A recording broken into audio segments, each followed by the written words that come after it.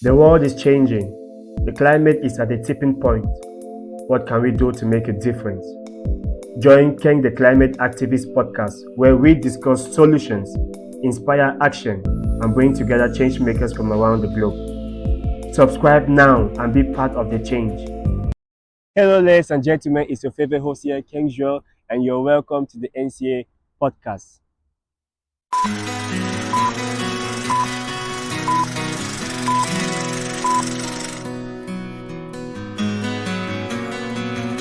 Today is our third episode, and I am so happy to have with me here a very important guest.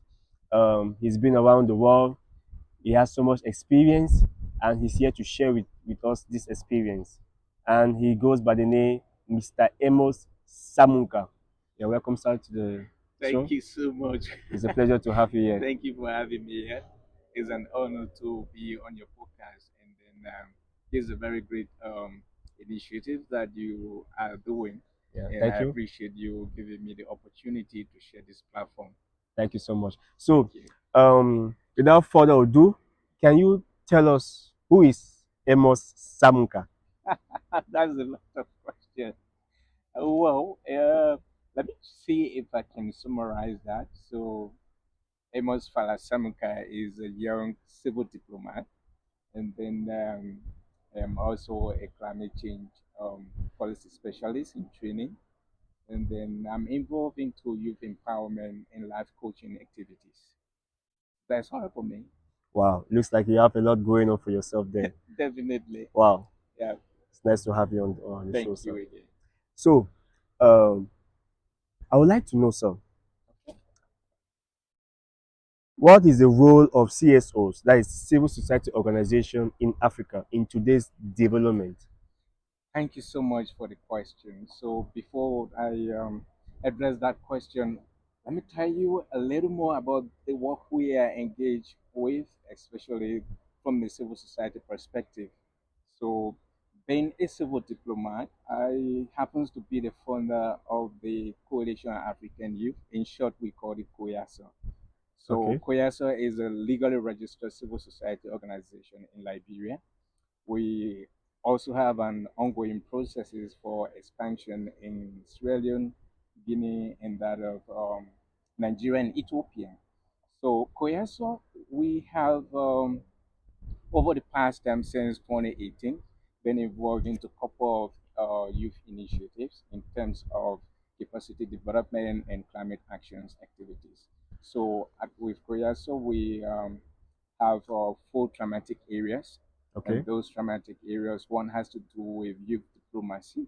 And with the youth diplomacy, what we do is to train young people to be the sole marketers of their nation foreign policy. We believe that youth can be ambassadors of what their nation represent abroad, regardless them being officially working with the government, which we see as one of the key important things in promoting soft power relation at for every nation abroad, because young people are involved into a couple of educational events. They travel for educational exchange, for conferences, for Yeah. summit, and Workshops. then they can be used as vehicles to promote their nation foreign policy. It strengthens their country's soft power relation abroad. So what we do, we recruit young people, train them into well, what they can do and how they can project their country abroad, especially paying attention in nation branding, what your nation stand for, your cultural, your educational system. What can you tell people who have not been into your country about your country that they will be attracted to be able to maybe make a plan to pay a visit or feel like okay these guys are doing some great. So with the youth diplomatic initiative, this is what we are engaged with at Koyasa. And then we also have another focus area, which is, of course, climate action and sustainable environmental uh, initiatives. So, with our climate action intervention, what we do, we pay attention on climate education. Not everybody have heard about climate change, know exactly what it means. So, we pay attention on working along with young people to provide a basic education that they need to serve as agent of change in their environment, because The issue of climate change is everybody business, and the only way people will be able to contribute effectively if they are educated and understand exactly what is contributing to the global warming, even though we are now at a tipping point, but we can still do something to mitigate and reduce the global warming. Then the next one has to do with what we call good governance and democracy. Of course, we are in Africa, wherein the issue of corruption is not something that is new to anyone in Africa. In Mm-hmm. most African countries, you see corruption as a normalized system, a systematic way that they do it. Is some of them take it as a normal thing. So we we educate young people to be able to hold duty bearers accountable, to also be able to adhere to democratic principles, because we believe that one of the way a nation can grow is to get involved into democratic processes, and through that, young people are actually the vehicles. Because look at the African population now, you'll find out that youth are highest in population, and then with that, if youth are not making rightful decision in terms of election, it will affect themselves. So we pay attention on helping young people how to make or sound political decision during election, and how to hold duty bearers accountable for the national or resources that they have been entrusted with. Then the last one is holistic youth empowerment. Here, where we do this, empower you, career training for young or school-going children from secondary school level, and then first and second year university student.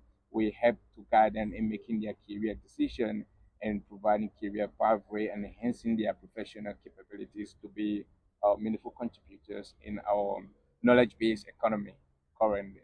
So this is all about Kuyasa. And since 2018, we have been legally registered, and we have been running different initiatives under these traumatic areas to empower young people across Liberia, Guinea, Sierra Leone, and most of the West African countries. Yeah, Wow, that's really, really interesting.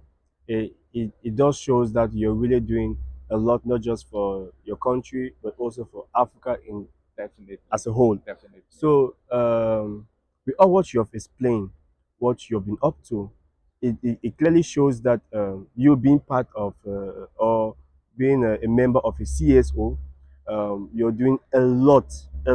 We are But doing our best. It's yeah, not that much. yeah, something like that. But um, can you throw more light into like the importance of these CSOs that we have in Africa? So, civil society organizations are one of the most relevant institutions that every government or every nation should be proud of, because we are very, our work is very relevant to national development agendas. True, that's true. So, if a country come up with a national development policy, or they come up with a system for nation development, for prosperity. What we do as civil society organization, we help to interpret those policies and even stand at the forefront of implementation of those policies. So we take what they have designed and we put it into practical.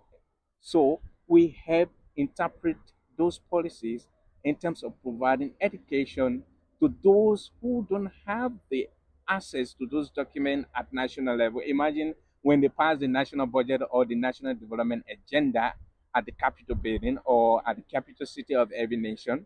People who are in a village, most of the time, they are not informed, especially when some nation get involved into developing development policy, and they use the top to bottom method. You realize that the decision will just be made at the top, and sometimes they just take that policy document and take it to the rural area and just put it on the table. Those local community dwellers, they know nothing about what is happening. They do nothing about the document that they have been given to them, with no explanation, with no education, no awareness. They just give it to them. So civil society comes in at this point.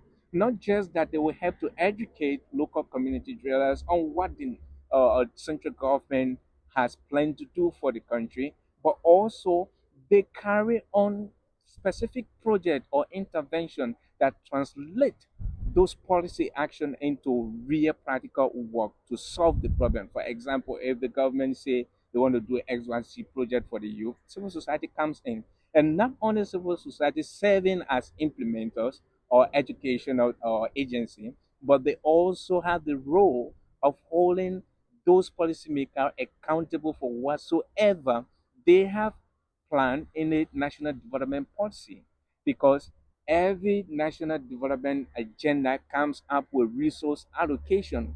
And if you tell us that you're going to build this school, this primary school in this community, and there has been national allotment or allotment from the national budget for that school construction, and the fiscal years come to an end without the school being built, but then in your fiscal budget report, you come and report that this money was spent to build this school, Yeah, and exactly. there is no school. And those things happen almost in most of the African countries, especially the country where I come from. You find out that they say this is the government, this is the project the government will do in the national budget.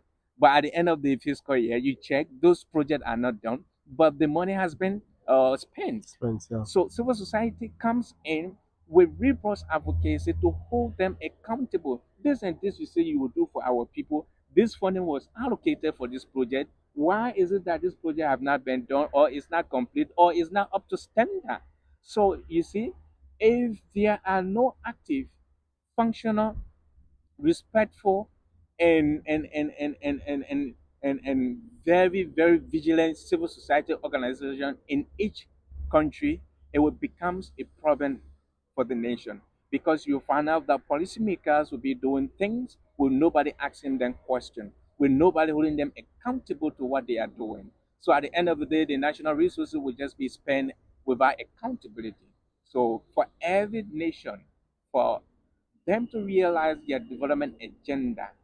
In fact, in normal policy development, the policymakers are required to consult with the local or community dwellers in order to come up with a national development plans. Unlike in most African countries, that's Yeah, not happening. But yeah. that's how normal development policy documents are developed. They ask people what's going on, what they should be thinking about, and they come along. These are stakeholders consultation that are required in developing such document. So when you talk about civil society organization, especially those who are involved into non-for-profit intervention Yeah, in exactly, nation and exactly. community development, you cannot take them out. They are inevitable to national development agenda. So it's something that the nation cannot function without the work of the civil society organization. Wow, that's very, very interesting. So, I would like to know, are CSO getting support from government? Like you can bring out in your own perspective, are you getting any support from the government, or do you think generally CSOs in Africa that are being run or being founded by African indigenes, they are being supported by the government? Well, that's a very critical question.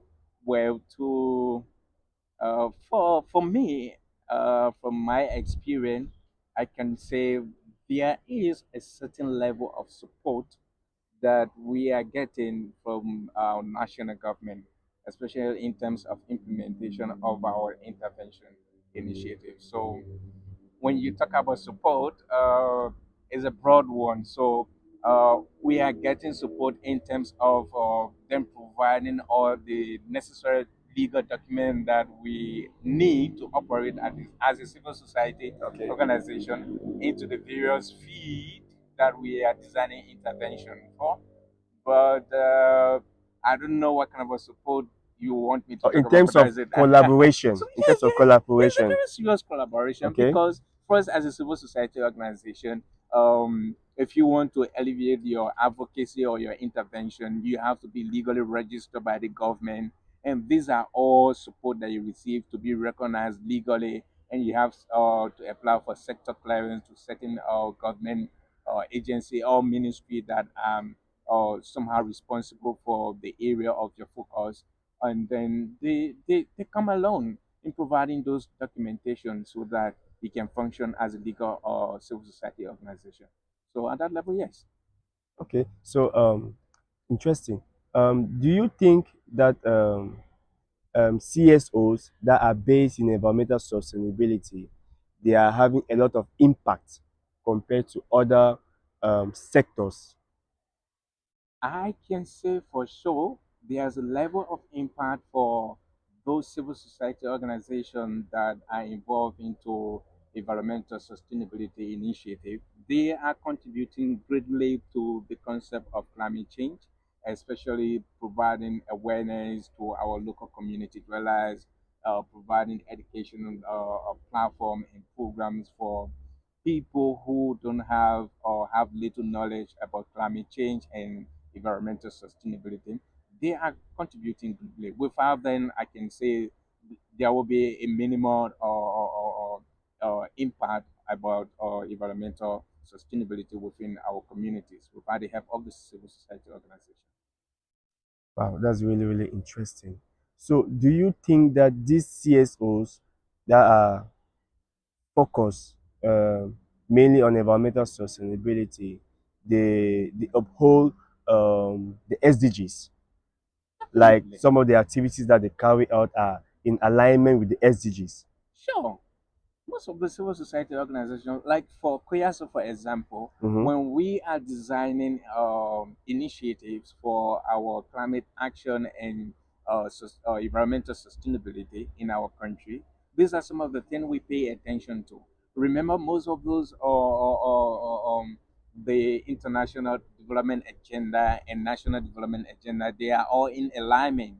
So when we identify a problem and we want to design a solution to solve the problem, we do a research about on our national development agenda, the regional development agenda, and continental, even global development agenda, the SDGs. So the issue of climate change come into play when we talk about sustainable cities, when we are designing a awareness program on how to take care of the environment, on how you can contribute to having a very good atmosphere so that we don't contribute to pollution within our environment. These are all interventions that are directly contributing to the sustainable development goals. Interesting. So, thank you so much for staying right up to this point. Don't go anywhere. We'll be right back after this break. Thank you so much.